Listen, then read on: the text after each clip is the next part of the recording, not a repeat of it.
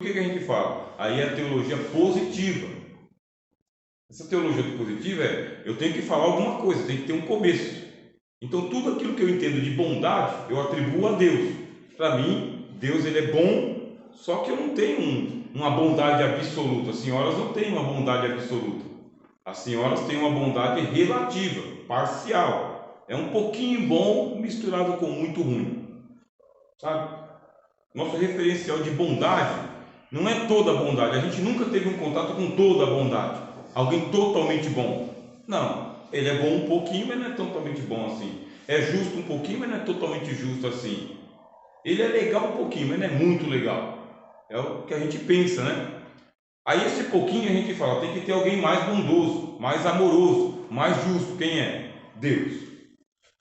Agora, a justiça foi criada por Deus, o amor foi criado por Deus, a bondade foi criada por Deus, a santidade foi criada por Deus, a luz foi criada por Deus, a verdade foi criada por Deus.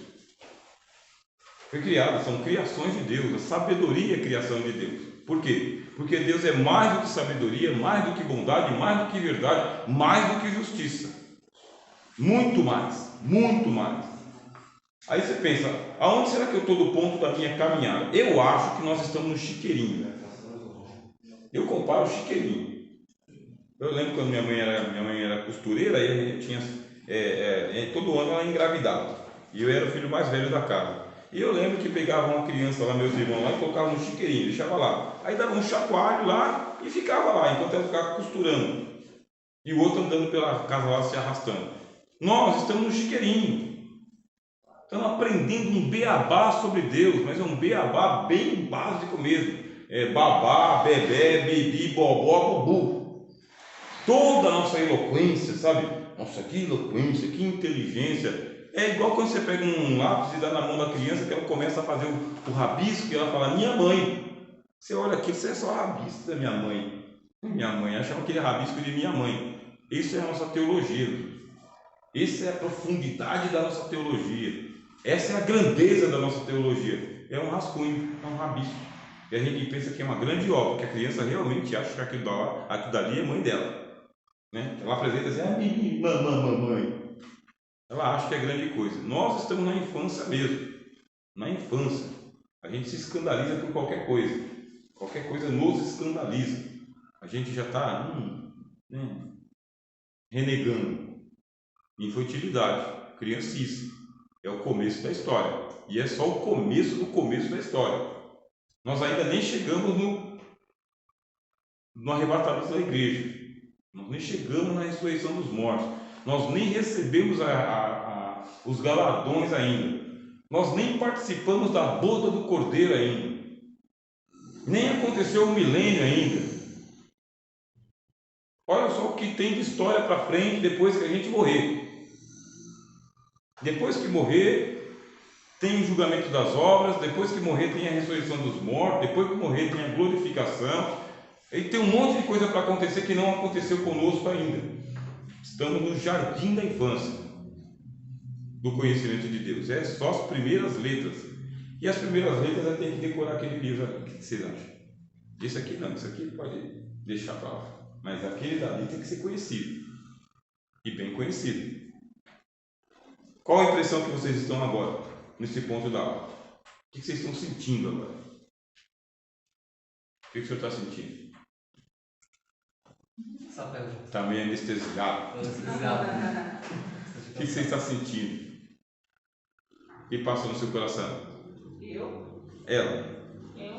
Isso. Eu cheguei um pouco atrasada por James e tal, mas é bem complexo, né? Eu estava conversando com meu esposo em casa e nossa, como surgiu Deus? Fiquei assim, começou, né? Isso, só uma pergunta, hein? As dúvidas, né? Assim, mas é bom, né? Pra gente aprender. Se a eternidade ela é uma dimensão onde não tem nem começo nem fim, bem, a eternidade não tem onde começa aqui e termina ali. Eternidade é sem fim. Sem fim. O que está acontecendo conosco agora? Bom, aqui no livro eu explico para vocês, tem até uma ilustração aqui. Nós estamos numa galeria da eternidade. O que é galeria? É um espaço dentro da eternidade. Então a eternidade já está processando, a eternidade já está acontecendo. Só que ela tem várias galerias, várias dimensões. Essa dimensão que nós estamos aqui é a dimensão do tempo e do espaço. É do relógio, tá? Do relógio, do nascimento e da morte, do começo, do meio e fim. Chama-se tempo essa galeria aqui. Mas nós já estamos na eternidade. A eternidade está nos chamando. Nós estamos indo em direção à eternidade. Quando a gente morre, a gente simplesmente muda de galeria, muda de casa, tá? Muda de casa. Quem disse isso? O apóstolo Paulo. Ele diz: sabemos que se esta casa terrestre se desfizer, temos da parte de Deus um edifício não feito por mãos, eterno nos céus. Você muda de casa. Você abandona o casulo, porque você é uma lagarta, e agora você é borboleta, você vai ter asas. Ninguém lembra da lagarta quando vê uma borboleta, mas é uma lagartinha com asas. E não é a mesma lagarta. Ela passou por uma metamorfose. Essa metamorfose ela representa a regeneração, o novo nascimento, a nova natureza. Carne e sangue não pode chegar no reino de Deus. Esse corpo aqui é para essa vida. Esses braços e pernas assim mortais é para essa vida. Esse medo de morrer é para essa vida. Tá? Pintar o cabelo é para essa vida. Implantar cabelo é para essa vida. Só para isso. Passou para a dimensão, para outra galeria da eternidade, aí novo céu, nova terra, e nós somos feitos uma nova criatura. Mudou, muda tudo. Isso é o conceito de eternidade, também está explicado, tá bem? Deus é eterno? Sim. Por que ele é eterno? Porque ele também tem que se diminuir para que ele esteja além da eternidade e ele ainda esteja na eternidade. E cada galeria da eternidade ele faz que nem o pastor veio aqui, cumprimentou e foi fazer outra coisa. Esse é Deus, é uma ilustração de Deus. Em cada galeria da eternidade ele vem e se apresenta de uma forma, de uma maneira. Vocês entenderam? Deu para entender bem? A senhora entendeu? Conseguiu entender um pouquinho? O senhor conseguiu entender um pouquinho, meu irmão? Bem? A gente sabe que demora e depois do mês que vem vai ser mais leve, tá? Mês que vem vai ser homilética. Homilética é a ciência da pregação. Como entregar a mensagem. Como preparar para entregar a mensagem diante da igreja. Agora esse mês aqui vocês já pegaram logo teontologia, logo no começo, hein? Dê glória, hein? Capítulo 4. O Conselho da Eterna Trindade. Bem, o que é o Conselho da Eterna Trindade? É que Deus ele não faz nada de improviso. Não tem improviso em Deus. Eu decidi, agora, de última hora, que vai ser assim. Eu tentei de um jeito e não deu certo. Não. Antes que o mundo fosse criado, uma pergunta sobre a origem de Deus. Então, antes que o mundo fosse criado, Pai, Filho e Espírito Santo, eles estavam um com o outro. Tá bem? Pai, Filho e Espírito Santo estavam em eterna comunhão um com o outro. A gente chama isso aqui de Conselho da Eterna Trindade. O Pai estava no Filho, o Filho estava no Pai. O Pai estava no Espírito Santo, o Espírito Santo estava no Pai. O Filho estava no Espírito Santo e o Espírito Santo estava no Filho. É Deus em Deus. E onde que eles estavam? Eles estavam neles mesmos, eles não estavam no espaço, tá? No espaço lá fora. Eles estavam nele mesmo. O Pai no Filho e o Filho no Pai. A gente chama isso aqui de imensurabilidade. Imensurabilidade significa que Deus ocupa todos os espaços de tudo que você possa imaginar. Não tem um espaço vazio. Porque a presença de Deus preenche tudo, até o átomo, até o núcleo do átomo, até a faísca que sai da fogueira. Não tem um espaço sem Deus, vazio. Não tem. Então Deus ele preenche tudo. Chegou o momento de eles criarem. E como que aconteceu isso aí? Aí a teologia estuda. Fala que Deus entrou em eterno conselho. Esse eterno conselho é o Pai falando com o Filho e o Filho falando com o Pai. Eu sei, eu passo por isso o tempo todo. Eu até deixei aqui o Wi-Fi, porque senão desliguei o Wi-Fi, senão fica conversando comigo, essa máquina, né? 6 horas da manhã quer conversar comigo. Aí eles estão em conselho de eterna trindade, quer dizer, num diálogo eterno. Quando eu falo diálogo eterno, a sua mente finita já buga, sabe? Tem chute. Para de funcionar. Diálogo eterno. Ninguém tem um diálogo eterno. Ninguém fica falando disparado sem falar. Não, mas não é falando palavras, tá bem? Não é discursando um para o outro. Por quê? Porque o diálogo entre o Pai, o Filho e o Espírito Santo não é com palavras. O que diz o apóstolo Paulo? O Espírito Santo penetra todas as coisas, até mesmo as profundezas de Deus. Então não é para ficar lá com palavrório, é para se comunicar com Deus. Aí a teologia vai estudando esse assunto, estuda esse assunto. Aí precisa ter um ponto de partida, que é a criação. Um ponto de partida. Nós vamos criar. Nós vamos agora fazer a criação do mundo. Aí pela criação do mundo, eles, nesse conselho, é um conselho de três pessoas, um só Deus, com toda a sabedoria e com todos os atributos, todos. Qual o atributo? O atributo da onisciência. O que é o atributo da onisciência? Ele sabe tudo. Nenhum dos teus segredos pode ser desvendados ou impedido. Ele sabe tudo. Isso chama-se onisciência. Ele sabe tudo, sobre tudo, acerca de tudo, o tempo todo. É muita coisa, viu? Você que conhece um pouquinho já fica com dor de cabeça, né? Nossa, estudei demais, com dor de cabeça, vou dormir. Não é assim? Você conhece um pouquinho, já fica exausto, você tem estafa mental. Aí você tem estafa mental, você não consegue aprender mais. Você tem limite para aprender. Chegou determinado momento que nada mais entra na tua cabeça. Não adianta. Você está com estafa mental, tem que parar tudo e fazer outra coisa. Vai dormir, vai para a piscina. Vai fazer outra coisa. Deus não. Deus tem todo o conhecimento, o tempo todo com Ele, e não tem estafa mental. Nem se cansa e nem se fadiga. Isso me esmaga, a mim me esmaga. Eu, com toda a minha vaidade, pensando que sei alguma coisa, fico cansado com 2 horas de estudo. Deus nem se cansa e nem se fadiga. Não há limites para o seu conhecimento, para a sua ação. Não tem. Os jovens correrão e se fadigarão. Mas Deus não, porque Ele dá esforço ao cansado e multiplica as forças daquele que não tem nenhum vigor.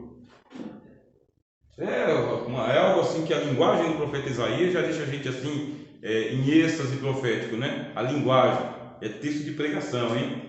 Os que confiam no Senhor renovarão as suas forças como a águia, né? Correrão e não se fatigarão. O que significa isso? Vão receber um fôlego de Deus para entender as coisas de Deus. Só se Deus te ajudar, senão nada. Se Deus não te ajudar, é nada. Multiplicado por nada. Deus está em conselho de eterna trindade. Ele possui o atributo da onisciência, conhece tudo. E ele tem um outro atributo chamado presciência. O que é presciência? Deus conhece lá na frente. Não precisa acontecer. Não precisa acontecer. Ele não tem que estar lá fisicamente, pessoalmente. Ele, presciência significa conheço antes. Quem disse isso? Jesus. E quando orardes, não useis de vãs repetições, porque o Pai já sabe tudo que você necessita antes mesmo de me pedir. Ainda a palavra não veio à boca e tu já conheces, Senhor. Tu me sondas por trás e por diante. Não tem como escapar. Isso chama-se presciência. Ele disse para Jeremias: antes que você nascesse eu te conheci. O Senhor exagerou, né? O Senhor passou na frente. O Senhor não esperou nem eu nascer, não precisa esperar você nascer. Leia em Romanos capítulo 9. Aos que dantes conheceu também os predestinou, e aos que predestinou também chamou, e aos que chamou também justificou, aos que justificou glorificou. Dantes, tá? Aos que dantes conheceu, é o que a Bíblia diz. Eleitos desde a fundação do mundo. Como assim? Nem nasci ainda? Eleitos desde a fundação do mundo. Aí começa a Bíblia a falar que Deus não precisa chegar à data certa para ele vir conhecer. Ele conhece antes. Isso chama-se presciência. Por causa da presciência, ele pode profetizar as coisas antes de acontecer. E aí a profecia fica firme. Igual ao Apocalipse, igual à vinda de Jesus, igual à volta de Jesus, igual o nascimento de João Batista. Ele pode profetizar, porque ele sabe o que vai acontecer antes de acontecer. Ele diz assim no livro de Isaías: sou eu quem anuncio o fim desde o começo, desde a antiguidade. Presciência. Ele tem presciência. Então você já começa a imaginar um Deus onisciente e um Deus presciente reunido num conselho entre o Pai, o Filho e o Espírito Santo. E agora a decisão é a seguinte: vamos criar? Vamos. Só que esse pessoal vai se perder tudo. Vai ter rebelião de anjos. Os anjos vão se rebelar. Vai surgir um ser chamado Satanás no mundo, que vai desencaminhar uma terça parte dos anjos e toda a humanidade, que vai se tornar o príncipe das trevas, o que tem o império da morte, o enganador, o sedutor, e toda a terra será seduzida por ele. Vai surgir um anticristo que vai fazer com que todos adorem Satanás à luz do dia. Vai ter muita maldade sobre a terra, e pelo pré-conhecimento, Deus o Pai olha para o Deus Filho e fala: e você vai morrer. Se a gente criar, vai dar errado. A gente criar, vai dar errado. Se extraviaram todos e juntamente se fizeram inúteis. Só no abrir da boca dele já sai veneno de serpente. Não há nada bom no homem, nada bom. Isaías fala: desde a planta do pé até o topo da cabeça, o homem está todo estragado, todo podre. E a morte toma conta de todo mundo. Se a gente criar, a morte vem ao mundo. Se a gente criar, a gente vai colocar a árvore do conhecimento do bem e do mal e da vida lado a lado. E eles vão pegar da árvore do conhecimento e vão deixar a árvore da vida do lado de lá. Se a gente criar, vamos ter que colocar eles para fora do Éden. E eles vão destruir a terra, a gente vai ter que mandar um dilúvio, matar todo mundo e começar de novo. Presciência, está vendo? Toda a história da Bíblia já sabe o que vai acontecer. Guerras, fomes, terremotos, maremotos, pestilência, infanticídio, matricídio, parricídio, tráfico de drogas, tráfico de armas, engano. Sabe tudo de mal que vai acontecer. Tudo. É motivo suficiente para você dizer: então não. Se você soubesse, você faria isso? Né? Se soubesse que ia dar nisso, você faria isso? Deus sabe que vai dar tudo errado. Que a morte e o inferno vão ficar cheios de pessoas. Vamos criar mesmo assim.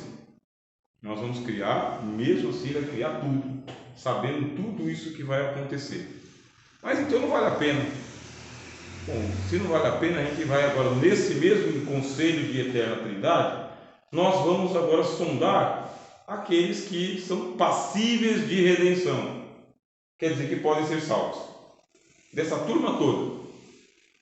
Os anjos podem ser salvos? Não, os anjos não podem ser salvos. Aqueles que se perderem estão perdidos. Ao anjo não vai ser dada a oportunidade de arrependimento.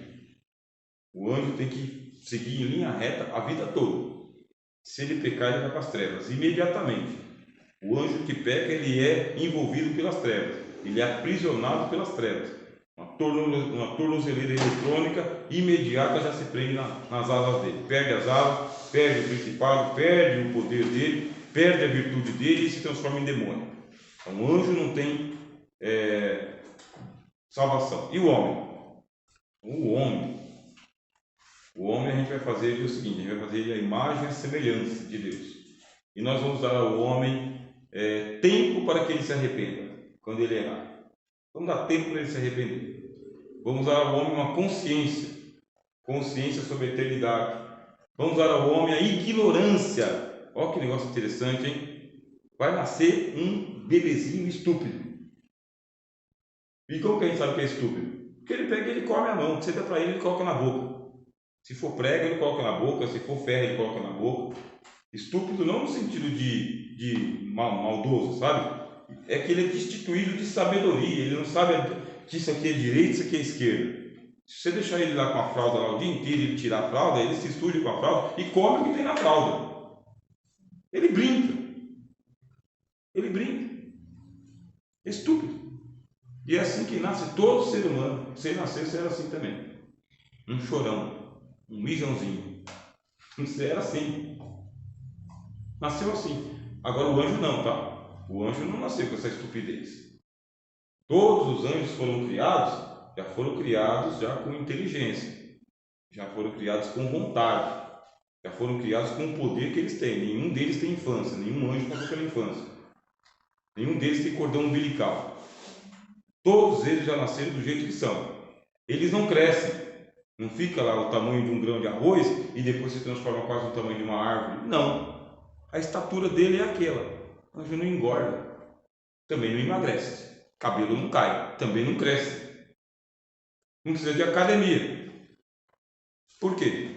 Porque do jeito que eles foram criados são até agora imutáveis, não mudou nada, está igualzinho. E no lugar que Deus criou estão até hoje. Anjo que Deus criou no terceiro andar está no terceiro andar, anjo que Deus criou no segundo está no segundo, que criou no primeiro está no primeiro, está no lugar que Deus criou ele. E o anjo que não quis ficar onde Deus criou ele, virou demônio, caiu, foi envolvido pelas trevas. Isso não acontece com você. Isso é o conselho da eterna Trindade, dizendo: para que haja redenção para o homem, vamos começar da semente. Façamos o homem a nossa imagem e semente, tá? O que é imagem? Imagem é pelo lado de fora, semente pelo lado de dentro. Vamos fazer o homem com a semente de Deus. Aí Deus tem tantos elementos na natureza, ele tinha o aço, hein? Podia ter criado a gente de aço, o que você acha? Né? Igual o Superman, homem de aço. Tinha o ferro, podia fazer a gente homem de ferro, o que vocês acham? Homem de ferro, né? Tinha o ouro, né? Igual o rei Midas, homem feito de ouro, e a estátua de Nabucodonosor, né? Cabeça de ouro. Tinha tantos elementos poderosos na natureza, ele pegou o quê? Isso é para humilhar mesmo, velho. É para humilhar mesmo. O que tem no barro? Ferro, fósforo, cálcio, iodo, magnésio. É isso que tem ali no pó da terra. Um monte de verme. É isso que tem. Pegou o homem do pó da terra, fez ali o homem, soprou em suas narinas e o homem foi feito alma vivente. Ficou de pé e ainda para piorar fez o homem sozinho. Deixou o homem passar uma temporada sozinho com os bichos, para o homem perceber que estava sozinho. Aí depois far-lhe-ei uma adjutora que lhe ajude, que lhe assista. Dormiu, quando acordou estava a mulher do lado dele. Se apaixonou por Eva, batizou Eva de Eva e foram felizes quase que para sempre. Isso aí está no conselho da eterna Trindade. É Deus sabendo o que está acontecendo. Deus sabendo. Até o dia que caiu. E aí, como faz? Aí diz a Bíblia: quando caiu, foi naquela hora que o cordeiro foi morto. Morto desde a fundação do mundo. Naquele momento, Deus olhou para Jesus. Isso aqui é hipotético, tá? A gente não sabe como foi. Mas Deus olhou para Jesus e falou: bom, chegou sua vez. Criando, caiu. Qual é a sua parte? Criar, já deu poder. Qual é a sua parte? Aí a parte de Jesus ele fala: bom, foi muito bem. Vamos passar as gerações, 14, de Adão até Maria. Vamos passar as gerações. Aí eu desço e vou nascer de mulher. Bom, se você nascer de mulher, vai receber um corpo mortal. Se receber um corpo mortal, vai estar sujeito às mesmas fraquezas que ele. E o Satanás vai estar lá embaixo. Aqui, ó, enfrentando o Satanás como Deus. Sai, Satanás. É igual a gente vai com o cachorrinho, né? E ele, como Deus. Mas como homem, não. Como homem é uma covardia, porque ele é um dragão e você é um ser humano. Você vai ter que enfrentar o diabo olho no olho, na natureza humana. E não vai poder usar aqui a onipotência, porque o homem não é onipotente. Não vai poder usar a onisciência, porque o homem não é onisciente. Não vai poder usar a onipresença, porque o homem não é onipresente. Não vai poder aqui transformar pedras em pães, porque o homem, quando está com fome, não transforma pedra em pão, fica com fome, certo? Não vai poder sair voando como se fosse um passarinho, porque o homem não tem asa. Se pular no tempo, se isto abaixa lá embaixo, se arrebenta lá embaixo. E não vai poder adorar o Satanás. Aí o Senhor Jesus, que é o Filho, no eterno conselho com Deus, fala: mas eu assumo a responsabilidade. Mas você vai ser tentado em tudo, diz a Bíblia. Você vai ser tentado em tudo, Você vai ter fome, vai ter sede, vai ter uns discípulos lá que vão te irritar tanto. Seus irmãos não vão acreditar em você, vão chamar você de Beelzebul, falso profeta, vão te perseguir de um lado para o outro, e ainda não vão acreditar em você. Você vai fazer milagres, Betsaida, Corazim, Cafarnaum, nem eles não vão acreditar. Os nazarenos não vão acreditar em você. Ninguém vai acreditar em você. Sabe a queixa de Isaías? Senhor, quem creu na nossa pregação? E a quem se manifestou o braço do Senhor? Ninguém. Aí Jesus, quando ele veio à terra, ele falou: olha, é impressionante. Não, é impressionante, se cumpriu. O que eu vi lá na eternidade se cumpriu. Por quê? Betsaida, Corazim, Cafarnaum. Se eu tivesse ido em Sodoma e Gomorra e feito os milagres que eu fiz aqui, eles teriam permanecido até hoje. E vocês não, hein? Aí Jesus começou a levantar o tom. Não, é impressionante, porque a rainha de Sabá saiu lá do interior da África, né, de Sabá, e veio para ouvir a sabedoria de Salomão, e ficou impressionada com a sabedoria de Salomão. Eis aqui quem é maior do que Salomão. Quer dizer, o Salomão conseguiu converter a rainha de Sabá, eu não consigo converter o pessoal de Nazaré. Jonas, com uma pregação de 3 dias, converteu 120.000 almas. Jesus, em 3 anos, não conseguiu converter o pessoal da Galileia. E ele falou: eis aqui quem é maior do que Jonas. Vai passar por isso? É tentação ou não é? Você é o verbo. Ninguém se converte.